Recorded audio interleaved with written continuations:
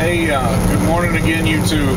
It is me again, your favorite Texas trucker, and still in Missouri, way out of St. Louis though, and I'm on 44 westbound towards Tulsa now, so I'll be cutting off of this here before long, once I cross the Oklahoma border, and then we'll cut down to 40 and across,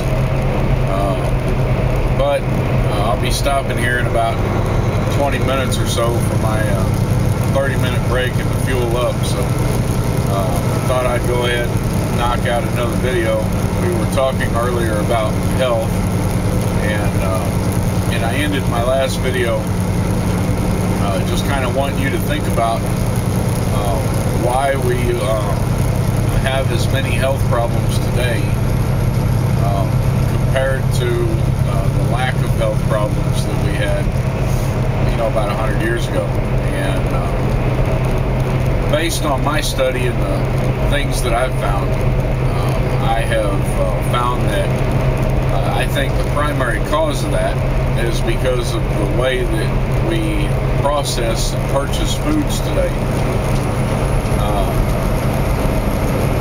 There was a lot of differences back in the early 1900s and late 1800s and beyond. Back then we made pretty much everything. Households made their own bread. We hunted our own food, and everything was natural. We didn't use a bunch of pesticides. We didn't genetically alter our livestock. We didn't genetically alter our farming, vegetables that we grew, and we didn't modify these things.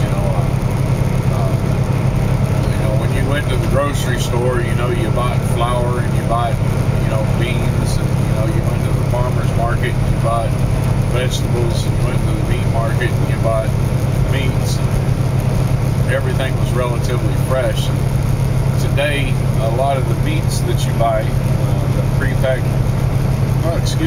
prepackaged meats that you buy, they've had a lot of things injected into them.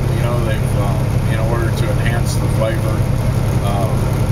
And so you're not buying natural anymore. What you're buying is chemically altered products, and the chemicals that they use to alter those products,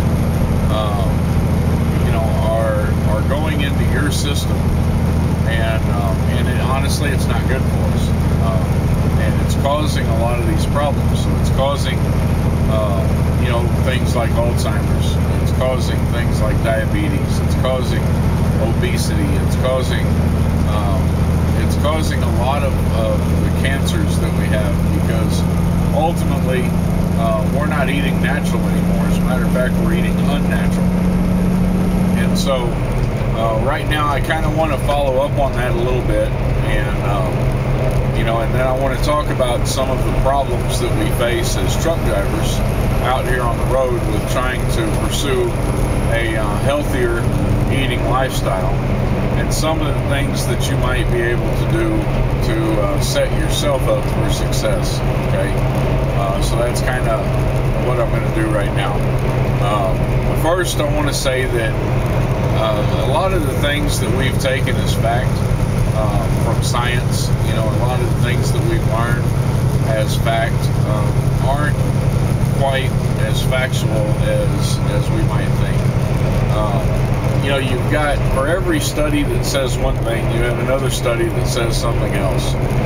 Okay, and one study will say that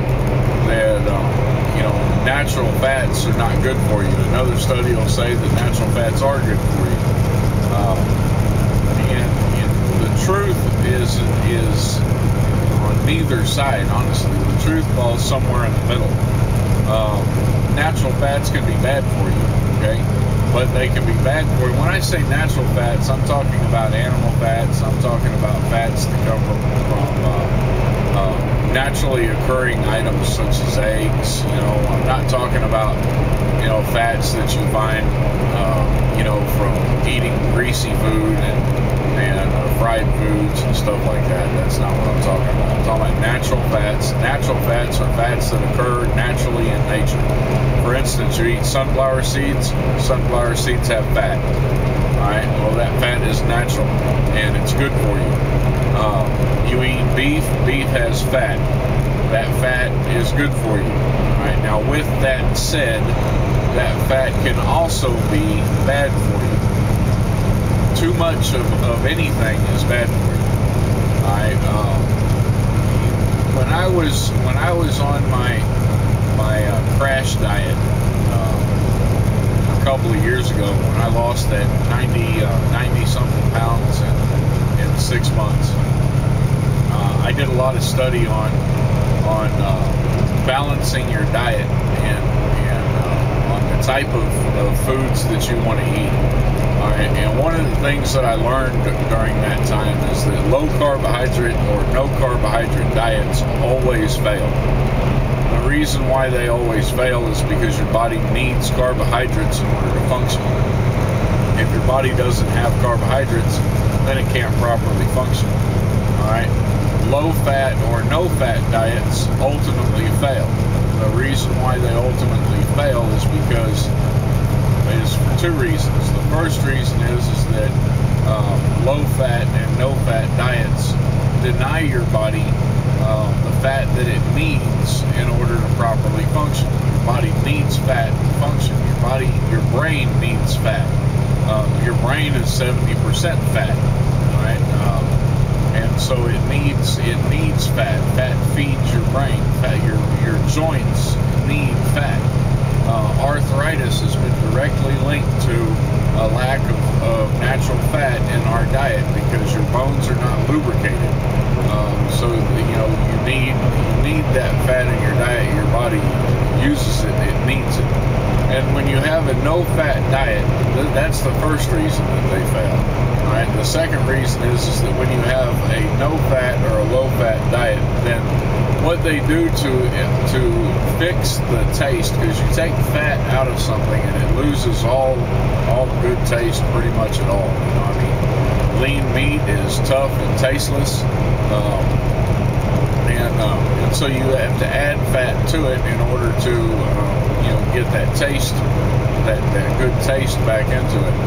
So what happens, what they do is that they artificially flavor these things, or they inject low-fat meats with artificial sweeteners so that it brings that sweeter, fatter, kind of taste back to it. And or they'll inject it with some type of oils so that it adds the fat content back to it without having the animal fat content. Right? The problem is that when you take these artificial sweeteners, these artificial sugars and whatnot, and you add them to a fat-free or low-fat food, what it does is it triggers in your brain a desire for carbohydrates.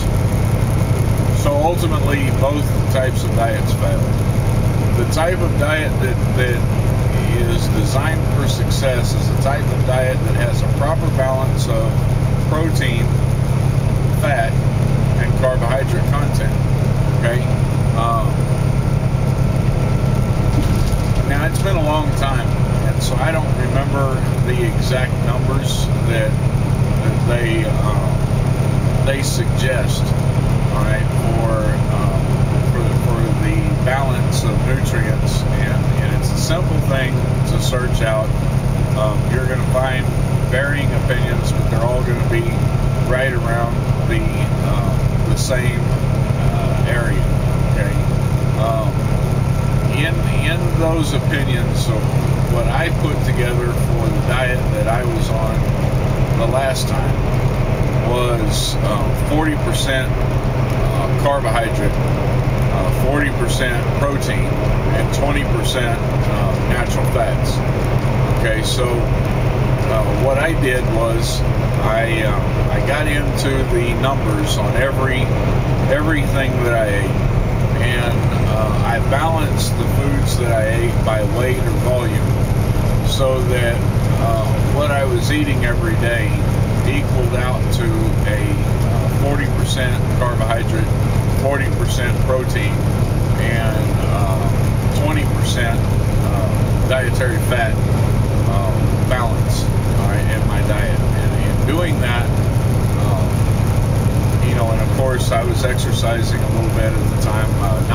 initially, but towards the end of that time I was exercising. But doing that, I lost 90-some pounds in about 6 months. And I was doing good on it. I don't have an excuse for why I fell off of it. Honestly, I don't know why I did it. I'm kind of self-destructive that way, and I failed there.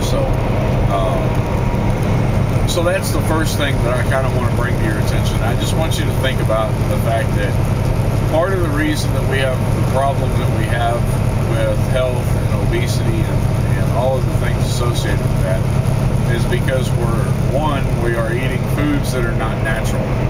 Even the natural foods that we eat, like your beef and your steaks and pork or whatnot, a lot of those foods are injected with foreign things to enhance the taste. So to get around that, buy your meats from a meat market, butcher shop, or go to the butcher shop in the store that you're at and buy the meats directly from them. You have much less chance of any additives being added to it. Second is that we eat so much processed food, and we'll talk more about processed food a little bit later. But anyway, part of the key to getting healthy again is to get back to natural foods. Alright, so you get back to foods that have the least amount of additives possible. Alright. The second thing that I want to talk about today is one of the challenges as truck drivers that we face in trying to pursue a healthier eating lifestyle. Alright. For me, because I am diabetic, for me, eating healthy isn't the same thing as somebody who is not diabetic. Okay, I'm really restricted on the foods that I can eat.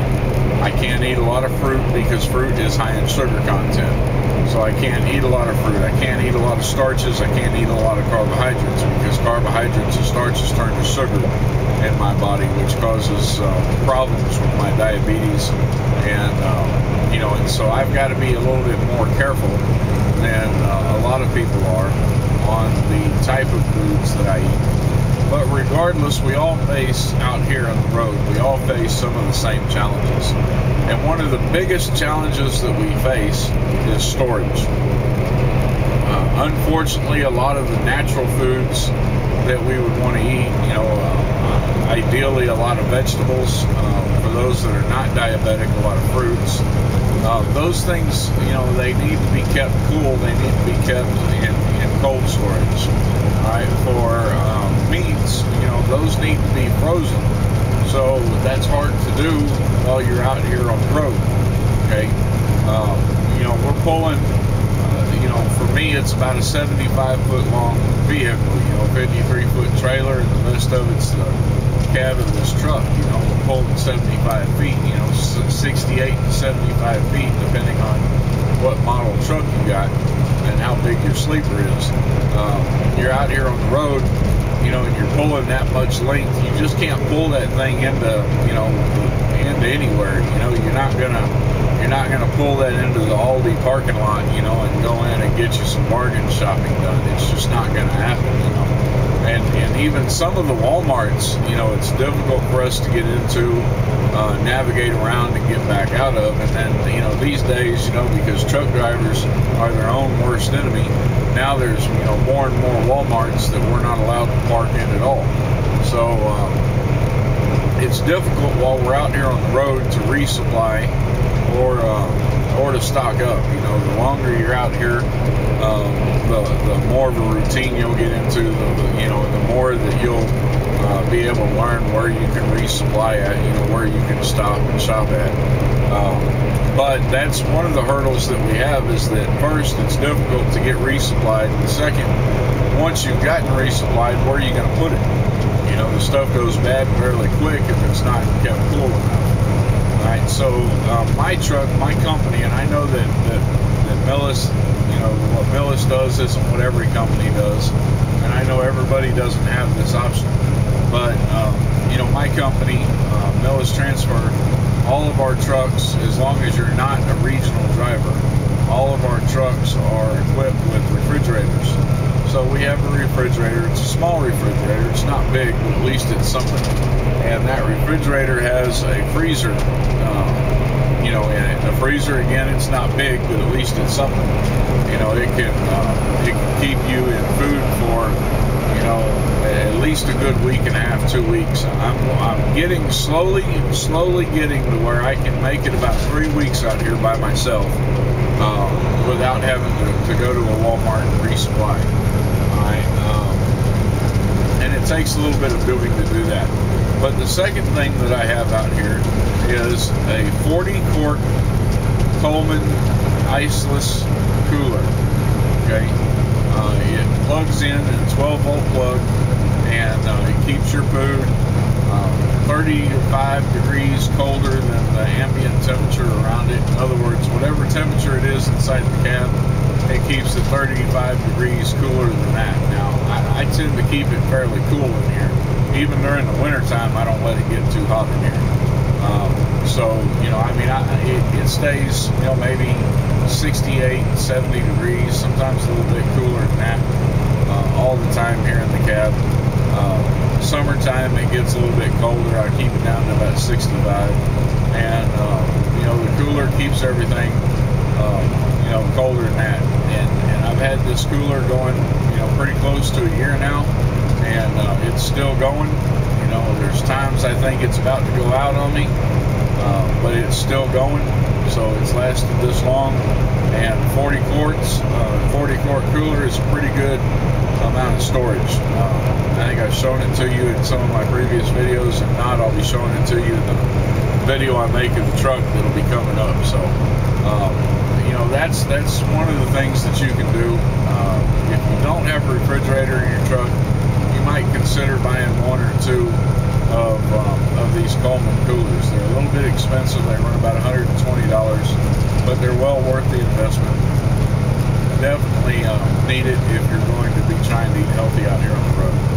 Alright, second thing to do is to redefine, you know, what you define as healthy, and we're gonna do a whole nother video just on that. So, you know, so stay tuned for that. I'm not gonna get too far into it right now.